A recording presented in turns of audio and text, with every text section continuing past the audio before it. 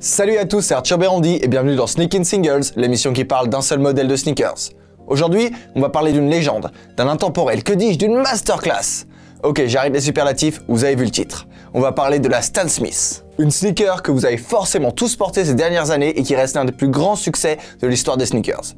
Et oui, elle est usée. Mais bon, c'est normal, comme tout le monde, j'en avais une. Mais quelle histoire passionnante peut bien se cacher derrière ce modèle? Quelle est sa genèse? C'est ce que nous allons voir aujourd'hui.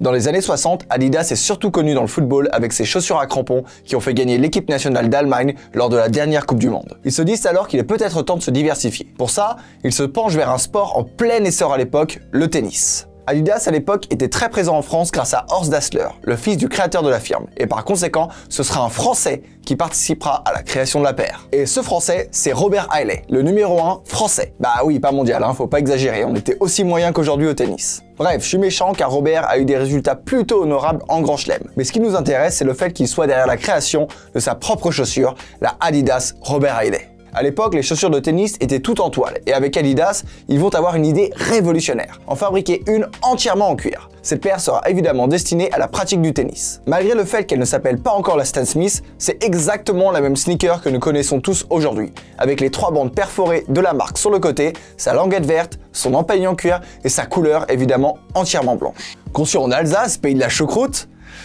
désolé. Le nom de Robert Hailey figurera sur le côté de la chaussure et celui-ci la portera jusqu'en 1971, l'année de sa retraite où il décide de devenir représentant commercial pour Adidas en France. Et c'est à ce moment-là que je m'emplis d'une immense tristesse, car après 1978, la paire ne sera plus française du tout. Cette paire robuste et esthétique s'adapte à tous les terrains, et les joueurs de l'époque commencent à se rendre compte que cette paire n'est pas qu'un simple nouveau modèle, c'est une révolution. Et Adidas en avait conscience. Stanley Smith, dont vous n'auriez jamais entendu parler sans cette paire, mis à part les historiens du tennis évidemment, va signer un contrat de sponsoring avec Adidas suite à sa victoire à l'US Open de 1971. Son nom cohabitera avec celui du récent retraité Robert Hailey. Il remportera avec cette chaussure Roland Garros et Wimbledon en 1972. En 1973, il signe un contrat d'exclusivité avec Adidas, mais elle ne s'appelle pas encore la Stan Smith. C'est en 1978 que la chaussure sera officiellement renommée la Stan Smith, laissant notre bon vieux Robert dans les fins fonds de la culture tennis, sans la reconnaissance qu'il mérite pour la création de cette paire. Salut mon pote. Le portrait de Stan Smith sera apposé sur la chaussure et c'est quand même plutôt mérité, avec 37 victoires en tournoi en simple et 54 victoires en double. Une très belle prouesse pour l'époque. Mais soyons honnêtes, on retient surtout le nom de ce joueur pour sa chaussure et non pour ses exploits tennistiques. C'est un cas rare où la chaussure prend le pas sur l'artiste. C'est le contraire avec Michael Jordan où l'image du personnage est bien plus grande que la chaussure qu'il portait. Bref, la Stan Smith, c'est une très bonne chaussure de tennis, mais Adidas n'avait pas prévu que ça devienne un tel phénomène de mode. Dans les années 80, les ventes décollent et on la retrouve mystérieusement au pied des citoyens normaux dans la rue. Vous, moi.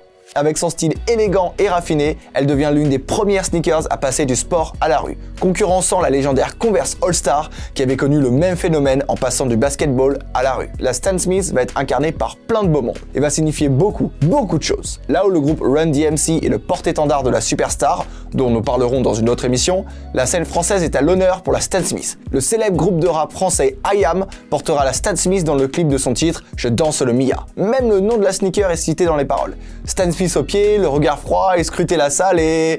je sais que vous êtes déjà en train de chanter. En 1995, elle apparaît dans le célèbre film de Mathieu Kassovitz, La Haine, connu mondialement. Vincent Cassel arbora ses magnifiques Stan Smith blanches tout au long du film, lui donnant une aura encore plus grande en France. Mais la Stan Smith dans le monde symbolise aussi la culture contestataire et d'attributs identitaires, notamment avec les amateurs de breakdance, le reggae et le ska. Elle devient même la sneaker préférée de la culture skinhead et des hooligans au Royaume-Uni. La Stan Smith séduit aussi les hard rockers qui aiment porter son modèle entièrement noir. Et enfin, en 1990, plus de 70 millions de Stan Smith sont vendus dans le monde, lui donnant ainsi une place dans le Guinness des records. Elle connaîtra d'autres modèles comme un modèle velcro avec un scratch, une version montante en 2003, et enfin le modèle original qui ressortira en 2007 sous le nom de Stan Smith 2. Celle-ci n'a pas le nom de l'athlète dessus et a une languette bien plus épaisse. Enfin, en 2008, la véritable Stan Smith des années 80 ressortira, sous la demande de nombreux fans de la chaussure. Mais tout à coup en 2011, la Stan Smith est retirée de la vente. Plot twist ? Adidas s'est réuni autour d'une table et a opté pour une stratégie que nous connaissons tous bien aujourd'hui, puisque nous en sommes les victimes. Le concept de rareté. Le principe est simple, tu rends une paire de sneakers connue inaccessible pour le commun des mortels afin de la rendre la plus désirable possible. Réduire l'offre pour augmenter la demande donc. Ils ont conclu que pour que ce concept marche, il fallait arrêter la production de la chaussure pour les 2 prochaines années, alors que la hype était toujours là. On a coupé l'herbe sous le pied des sneakers addicts à ce moment-là.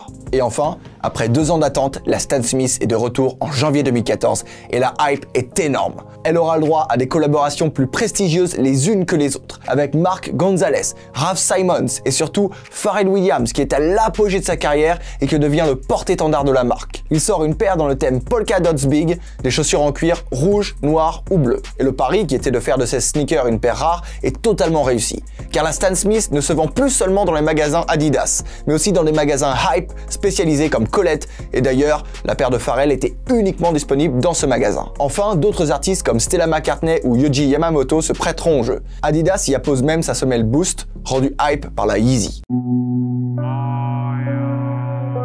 La Stan Smith a réussi un pari absolument inatteignable à notre époque. Réunir les sneakers addicts et les novices de la sneaker. C'est l'une des paires les plus connues de tous les temps. Quant à celui qui a opposé son nom, il profite tranquillement de sa retraite en Caroline du Sud en sirotant des cocktails tout en voyant passer devant lui des dizaines de paires différentes portant son nom sans bouger le petit doigt. Néanmoins, il apparaît de temps en temps sur la scène pour encore faire la promotion de sa basket. Néanmoins, dernièrement, la hype de la Stan Smith a beaucoup baissé. Mais qui sait, peut-être que dans un futur proche, nous nous retrouverons tous avec cette paire aux pieds une nouvelle fois.